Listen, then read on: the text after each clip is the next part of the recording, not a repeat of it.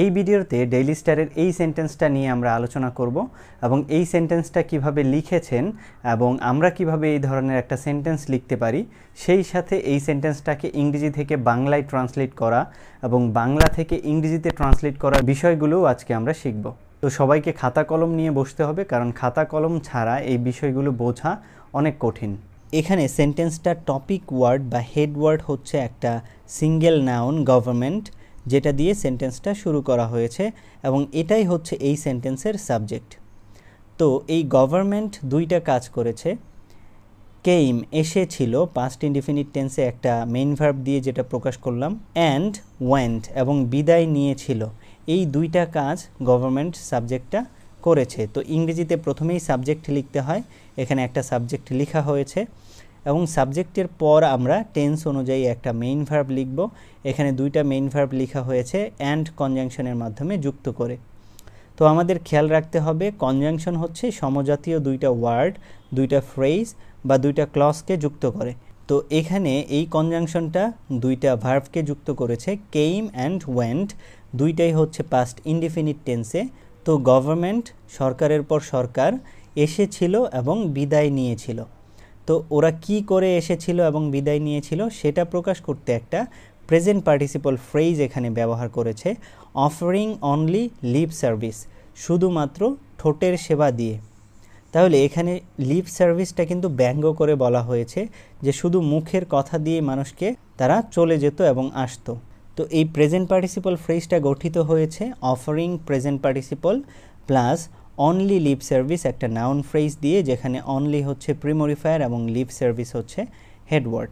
তো এই ধরনের একটা ফ্রেজ কিভাবে ট্রান্সলেট করতে হয় আমরা আগের ভিডিওগুলোতে দেখেছিলাম। প্রথমেই আমরা প্রিমরিফায়ারকে ট্রান্সলেট করব অনলি, যার অর্থ হচ্ছে শুধু, এবং এরপর হেডওয়ার্ডকে ট্রান্সলেট করব লিপ সার্ভিস, ঠোঁটের সেবা, এবং সবশেষে আমরা প্রেজেন্ট পার্টিসিপলকে ট্রান্সলেট করব অফারিং, প্রদান করে, শুধু ঠোঁটের সেবা প্রদান করে। তাহলে সরকারের পর সরকার এসেছিল, চলে গিয়েছিল, শুধু ঠোঁটের সেবা প্রদান করে। এরপর সেন্টেন্সটাকে আরেকটু বড় করতে চাচ্ছে লেখক, সেই জন্য অ্যান্ড দিয়ে আরও কিছু এক্সট্রা ইনফরমেশন এর সাথে অ্যাড করা হয়েছে। No unified vision or road map. এইখানে নো ইউনিফাইড ভিশন একটা নাউন ফ্রেজ, যেখানে ভিশন হচ্ছে হেডওয়ার্ড, ইউনিফাইড সমন্বিত, এটা হচ্ছে একটা প্রিমরিফায়ার যেটা ভিশনটাকে নির্দিষ্ট করছে যে ভিশনটা হচ্ছে সমন্বিত, এবং নো হচ্ছে এখানে ডিটারমিনার, এবং অর দিয়ে আরেকটা নাউন ফ্রেজ সিঙ্গেল নাউন ব্যবহার করে লেখা হয়েছে রোড ম্যাপ, পরিকল্পনা। তো এই দুইটা নাউন ফ্রেজকে যদি আমরা ট্রান্সলেট করি, প্রথম নাউন ফ্রেজটাকে ট্রান্সলেট করব আগে, এরপর দ্বিতীয়টাকে ট্রান্সলেট করব। তো অ্যান্ড হচ্ছে এবং, এরপর নাউন ফ্রেজের ডিটারমিনার নোকে আমরা ট্রান্সলেট করব, যার অর্থ হচ্ছে নেই। ইউনিফাইড প্রিমরিফায়ারটাকে ট্রান্সলেট করব সমন্বিত, এবং এরপর হেডওয়ার্ড ভিশন দূরদৃষ্টি, এইটাকে আমরা ট্রান্সলেট করলাম, এবং এরপর আছে কনজাংশন অর অথবা, পরের নাউন ফ্রেজ রোড ম্যাপ, যার অর্থ হচ্ছে পরিকল্পনা। তাহলে সম্পূর্ণ অংশটা মিলে হবে নেই দূরদৃষ্টি অথবা পরিকল্পনা। এখন এই দূরদৃষ্টি বা পরিকল্পনার কথা যে বলল লেখক, সেইটা কি সম্পর্কিত বা এর রেজাল্ট কি সেটা প্রকাশ করতে এখানে প্রিপোজিশনের পর অবজেক্ট হিসেবে একটা প্রেজেন্ট পার্টিসিপল ফ্রেজ ব্যবহার করা হয়েছে। এখানে টু ওয়ার্ডস রেজাল্ট অর্থে বসেছে যে এই ভিশন এবং রোড ম্যাপ মানে দূরদৃষ্টি এবং পরিকল্পনার রেজাল্টটা কি, বিল্ডিং আ সোসাইটি, একটা সমাজ প্রতিষ্ঠা, যেখানে বিল্ডিং হচ্ছে প্রেজেন্ট পার্টিসিপল এবং এ সোসাইটি আমরা জানি একটা নাউন ফ্রেজ। তো present participle plus noun phrase মিলে হবে একটা প্রেজেন্ট পার্টিসিপল ফ্রেজ, যেইটা টু ওয়ার্ডস প্রিপোজিশনটার অবজেক্ট হিসেবে বসেছে। এর আগেও আমরা দেখেছিলাম প্রিপোজিশনের পর প্রেজেন্ট পার্টিসিপল ফ্রেজ অবজেক্ট হিসেবে বসতে পারে। তো এইটাকে যদি আমরা ট্রান্সলেট করি, প্রথমে আমরা নাউন ফ্রেজটাকে ট্রান্সলেট করব, যেখানে প্রথমে ডিটারমিনার এ কে ট্রান্সলেট করতে হবে একটি, এবং এরপর সোসাইটি হেডওয়ার্ড একটি সমাজ, এরপর আমরা প্রেজেন্ট পার্টিসিপলকে ট্রান্সলেট করব বিল্ডিং, যার অর্থ হচ্ছে গঠনে। তাহলে একটি সমাজ গঠনে, টু ওয়ার্ডস জন্য। তো সম্পূর্ণ অংশটা মিলিয়ে যদি আমরা পড়ি তাহলে বুঝতে পারবো নেই সমন্বিত দূরদৃষ্টি অথবা পরিকল্পনা একটি সমাজ গঠনের জন্য।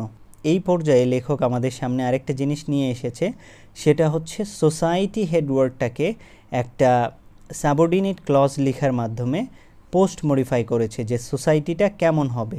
তো আমরা জানি সাবঅর্ডিনেট ক্লজে থাকে একটা লিঙ্কার, এরপর সাবজেক্ট, এরপর মেইন ভার্ব, এরপর অবজেক্ট বা এক্সটেনশন। তো এই স্ট্রাকচারটা মেনটেন করেই লেখক লিখেছে সোসাইটিটাকে নির্দেশ করা হয়েছে ওয়্যার, যেখানে যেটা একটা লিঙ্কার বা রিলেটিভ প্রোনাউন সোসাইটিটাকে বোঝাচ্ছে, এবং এরপর সাবজেক্ট হিসেবে একটা নাউন ফ্রেজ লিখেছে অল এভরিডে লাইফ ডিসিশন, প্রাত্যহিক জীবনের সকল সিদ্ধান্ত। এখানে আরেকটা বিষয় আমাদের সামনে এসেছে, এভরিডে লাইফ হচ্ছে একটা নাউন ফ্রেজ এবং অল ডিসিশন এইটা হচ্ছে আরেকটা নাউন ফ্রেজ। তো একটা নাউন ফ্রেজের মাঝখানে আরেকটা নাউন ফ্রেজ পোস্ট মডিফায়ার হিসেবে বসেছে। যেমন একটা নাউন অ্যাডজেক্টিভ হিসেবে বসতে পারে, একটা নাউন ফ্রেজও কিন্তু এখানে আমরা প্রিমডিফায়ার অংশে অ্যাডজেক্টিভ হিসেবে বসিয়েছি ডিসিশন হেডওয়ার্ডটাকে নির্দিষ্ট করতে, যে সিদ্ধান্তগুলো হচ্ছে আমাদের প্রাত্যহিক জীবনের, এভরিডে লাইফের। তো এই ধরনের একটা নাউন ফ্রেজকে যদি আমরা ট্রান্সলেট করি, প্রথমেই আমরা পোস্ট মডিফায়ারে বসা নাউন ফ্রেজটাকে ট্রান্সলেট করে ফেলব, যার অর্থ হচ্ছে প্রাত্যহিক জীবনের, অর্থাৎ এভরিডে লাইফ।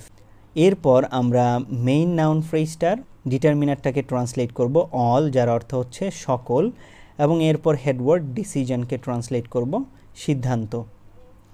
সম্পূর্ণ অংশটা মিলে হবে যেখানে প্রাত্যহিক জীবনের সকল সিদ্ধান্ত। এই ডিসিশনস বা সিদ্ধান্ত হেডওয়ার্ডটাকে লেখক আরও নির্দিষ্ট করতে এর পর অ্যাপোজিটিভ ব্যবহার করেছে। তো আমরা জানি অ্যাপোজিটিভ হচ্ছে একটা হেডওয়ার্ডের পর কমা দিয়ে হেডওয়ার্ড সম্পর্কে আরও অতিরিক্ত কিছু তথ্য লেখা। যেমন এখানে ডিসিশনটা হচ্ছে ওয়েদার পার্সোনাল, হোক ব্যক্তিগত, অথবা স্টেট লেভেল, রাষ্ট্রীয় সিদ্ধান্ত।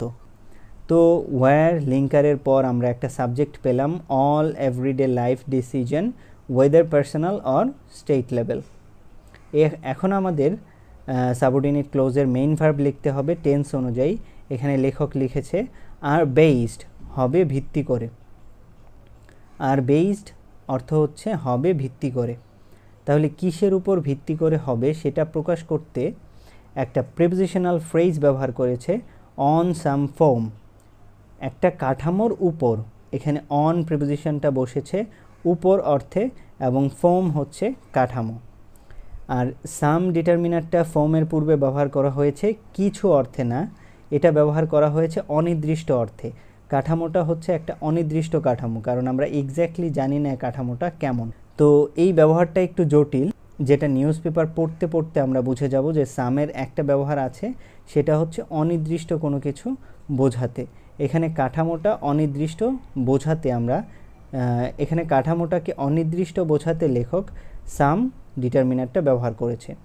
তো ডিটারমিনার সাম প্লাস ফর্ম হেডওয়ার্ড মিলে একটা নাউন ফ্রেজ, এবং এর পূর্বে আছে প্রিপোজিশন অন, যেটা নির্ভর করা বা উপরে বোঝাচ্ছে।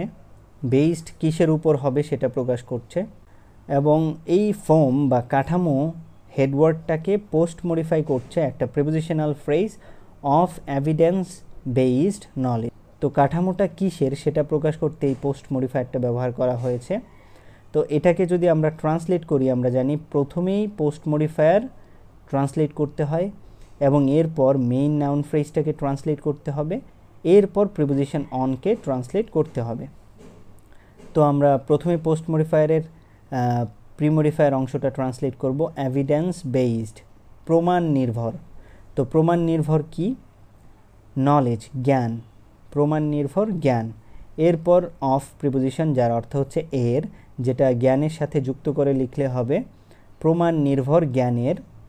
এরপর আমরা মেইন নাউন ফ্রেজের ফর্ম হেডওয়ার্ডটাকে ট্রান্সলেট করব, কারণ সামকে ট্রান্সলেট করার প্রয়োজন নেই, সাম এখানে অনির্দিষ্ট অর্থে বসেছে, বাংলায় এই অর্থে আমরা কোনো কিছু ব্যবহার করি না। এরপর ট্রান্সলেট করব অন, উপর, এবং আর বেসড, ভিত্তি করে।